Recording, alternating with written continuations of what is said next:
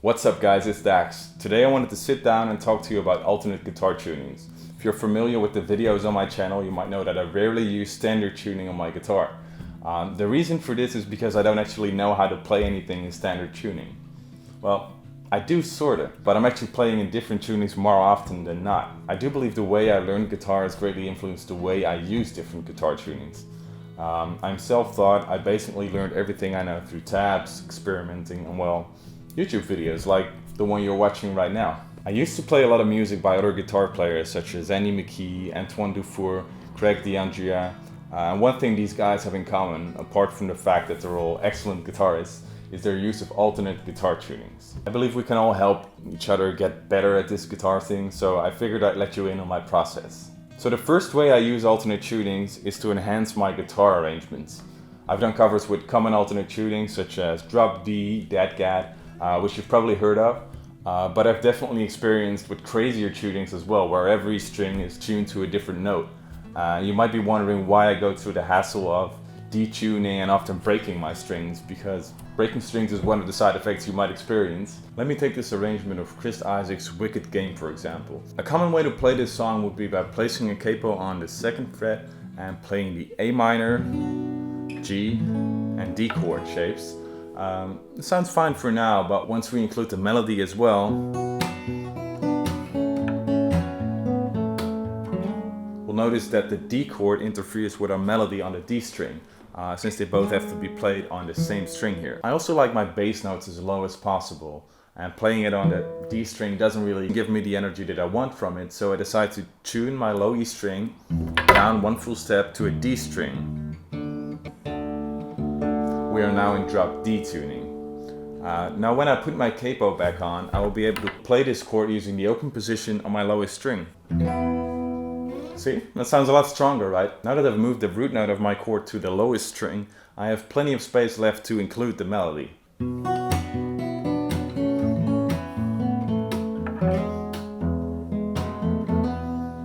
When changing tunings, always keep in mind how this influences the other chords in your arrangement. The A minor chord hasn't changed, since it doesn't require me playing the lowest string. So we can still play this in the same way that we used to. In order to play the G chord, I will have to move its root note up one full step, because we lowered this string by one full step as well. So this would be the new position to play the G chord. This is still quite convenient and it sounds pretty good to me, so we're good to go from here.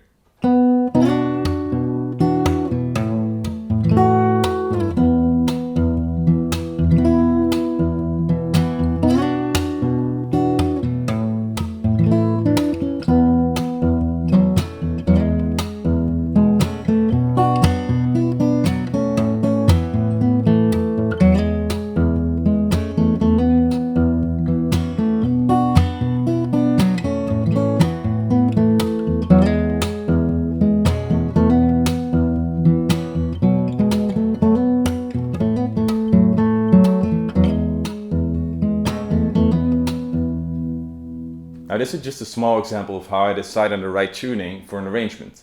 For me it always comes down to two factors. Find the most convenient way to play the chords. The less fingers you need to play the chords, the more room you have left for melodies, walking bass, embellishments such as hammer-ons and pull-offs, which can all spice up your playing. Always remember, music doesn't have to be complex in order to be good.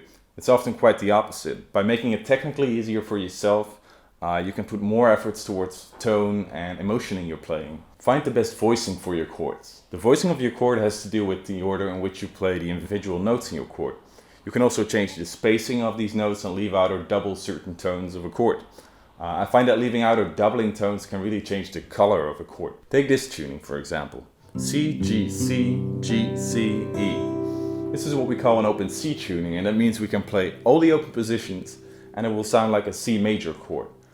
Because the C major exists of the notes C, E, and G.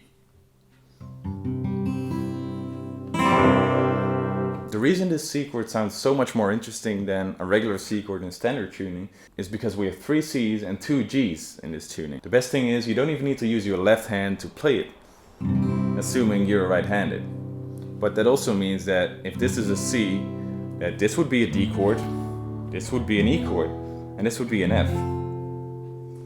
You might recognize this tuning from John Butler's Ocean, who really utilizes it with a capo on the 4th fret, basically creating an open E tuning.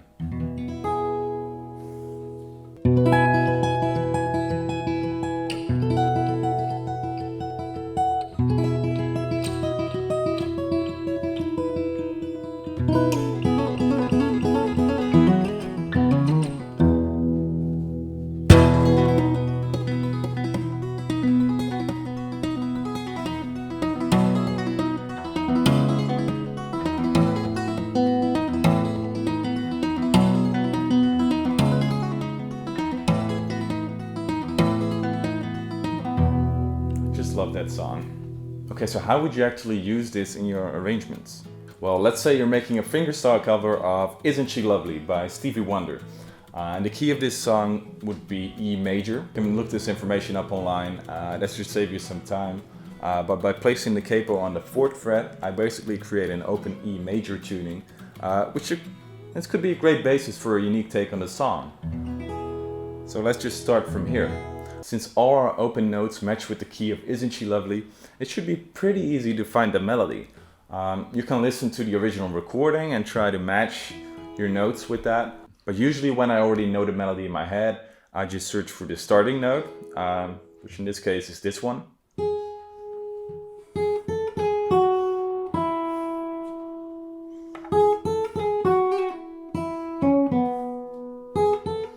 If you want to know more about how I create arrangements, this might be a good topic for another video, so please let me know if you'd be interested in something like that at all, and I might make a different video about that.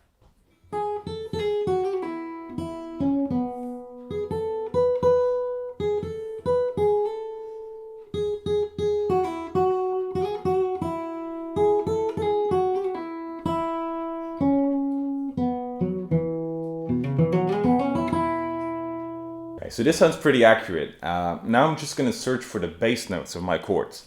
You can do this by ear, but I often use a guitar tuner as well when I'm in a different tuning, because it will simply tell me which notes I'm playing. I'm looking for the bass notes C sharp, F sharp, B, and E.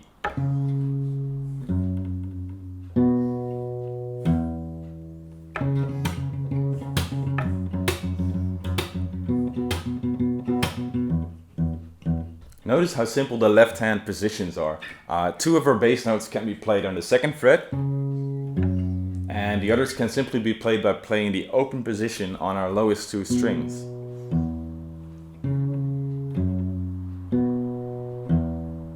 So when I add the melody and the bass together, we should get something like this.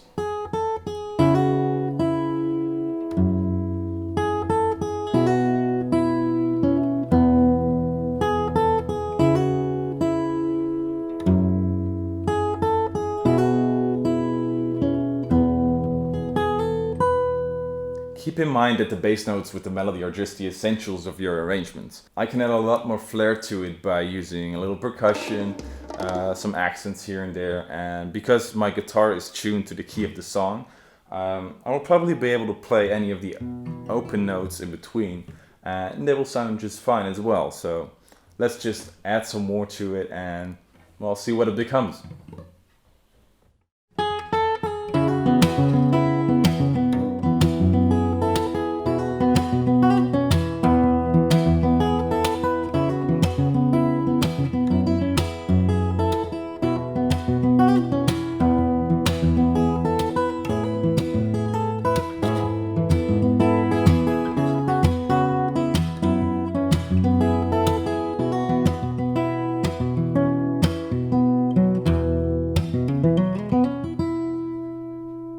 As you can see, it's not all that scary to use an alternate tuning. You don't even need specific knowledge about a certain tuning in order to play it.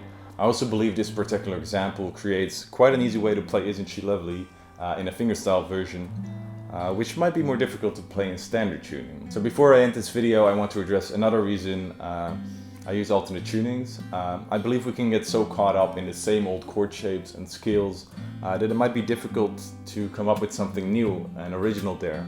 It might feel like that. So the beauty of an alternate tuning is that it's basically a blank canvas. None of the familiar chord shapes work, so your creativity can't be limited by your knowledge of the fretboard. If you're looking for new inspiration, I definitely recommend trying out some of these alternate tunings, maybe in combination with a capo as well. I actually wrote an entire guitar album a couple years back using all kinds of different alternate tunings which I had never used before. So for me it has definitely proven to be a great way to come up with new ideas. So I hope it can do the same for you. Again, if you want me to do a video on the process of arranging fingerstyle, let me know in the comment section. I'm thinking about doing a couple videos about techniques, recording, that kind of stuff. So yeah, let me know and I will see you in the next video.